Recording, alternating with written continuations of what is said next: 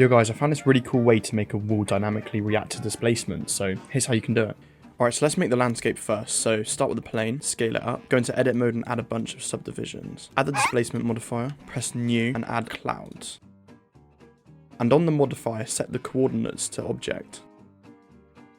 Add an empty, scale it up, move it to the side, and use the empty as the object to control the displacement. I'm going to scale up the empty and move it to the side. So we've got this sort of landscape here. Next, I'm going to add a Bezier curve.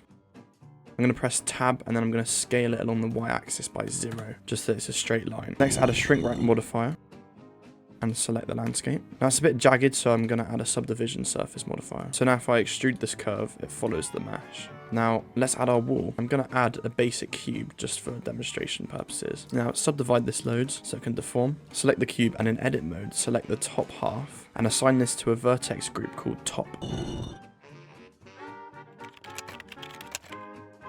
Do the same for the bottom half, but call it bottom. We want this cube to follow the curve, so let's add a curve modifier. And let's choose our curve. And let's also add an array modifier before it. And we want to change this to fit curve. And then we're going to select our curve. With our cube selected, hold shift and select the plane. Then on the arrow drop down, press copy to selected. So now we just copy the displacement modifier to the cube. On the cube's displacement, change the direction to Z and select the bottom vertex group. And you can move it down and also adjust the strength until it matches the curvature. So to get this effect on the top as well, we're literally just going to duplicate it, but we're going to change the vertex group to top. I don't want the effect to be as strong on the top, so I'm going to turn it right down.